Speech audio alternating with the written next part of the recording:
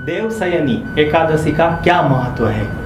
विष्णु भगवान कब आराम के लिए जाते हैं? चातुर्मास का क्या महत्व है? मित्रों, आज इसके बारे में हम चर्चा करेंगे। नमस्कार मेरे प्यारे दर्शक मित्रों, मैं हूं मिलन राजपरा।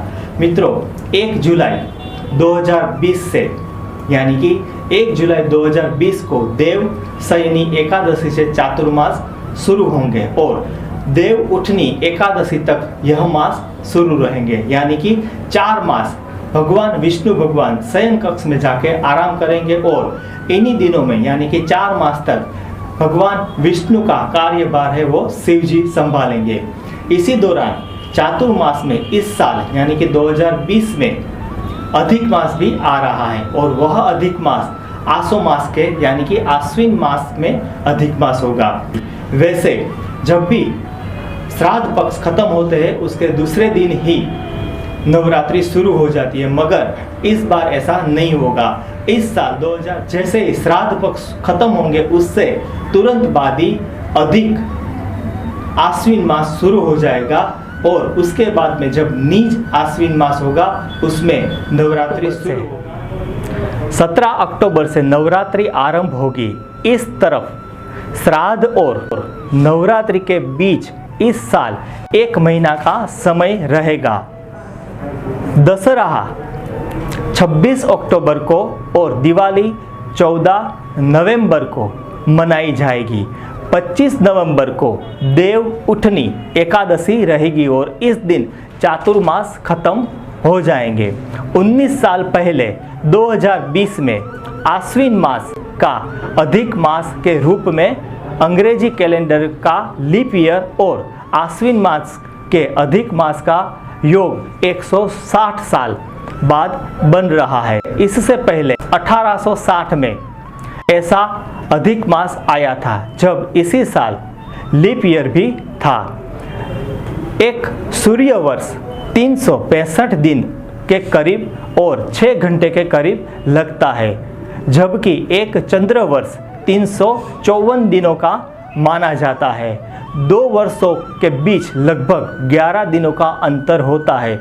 यह जो अंतर होता है वो 3 साल में यानी कि 11, 11 और 11 33 दिनों का जो संगम होता है वो 3 साल में 1 मास के लिए मनाया जाता है। हर 3 वर्ष में लगभग 1 महीने के बराबर हो जाता है।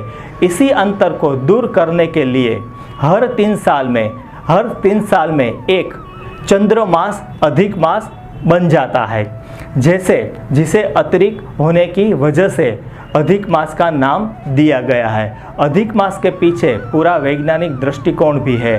अगर अधिक मास नहीं होता तो हमारे जो सनातन धर्म के त्यौहार है उसकी व्यवस्था बिगड़ जाती। अधिक मास की वजह से जो भी त्यौहार अपने समय पर आते हैं वो अधिक मास की वजह से अपने ही समय पर रहते हैं। चातुर्मास में संत एक ही स्थान पर रुककर तप और ध्यान करते हैं। चातुर्मास में यात्रा करने से यह बचते हैं क्योंकि वर्षा ऋतु का समय रहता है। इस दौरान नदी नाले उफान पर होते हैं तथा कई छोटे छोटे कीट उत्पन्न होते हैं। इस समय में विहार करने से इन छोटे छोटे कीटकों को नुकसान होने की संभावना रहती है।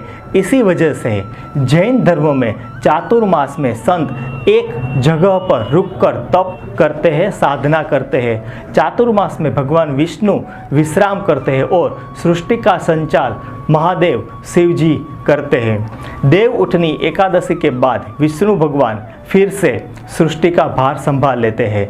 अधिक मास में सभी पवित्र कर्म वर्जित माने जाते हैं। इस पूरे मास में सूर्य संक्रांति नहीं रहती है। इस वजह से ये मास मलिन हो जाता है।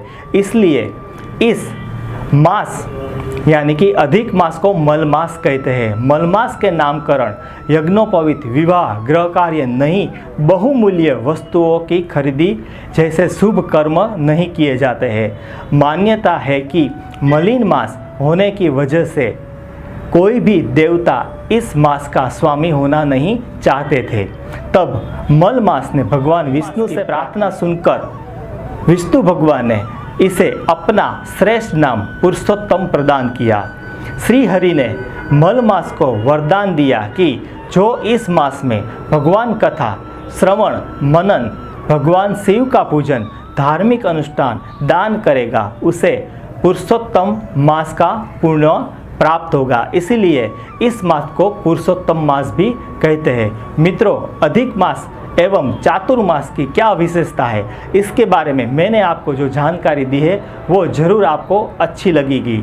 और इसी के साथ मैं आज अपने शब्दों को विराम देता हूँ। धन्यवाद मित्रों।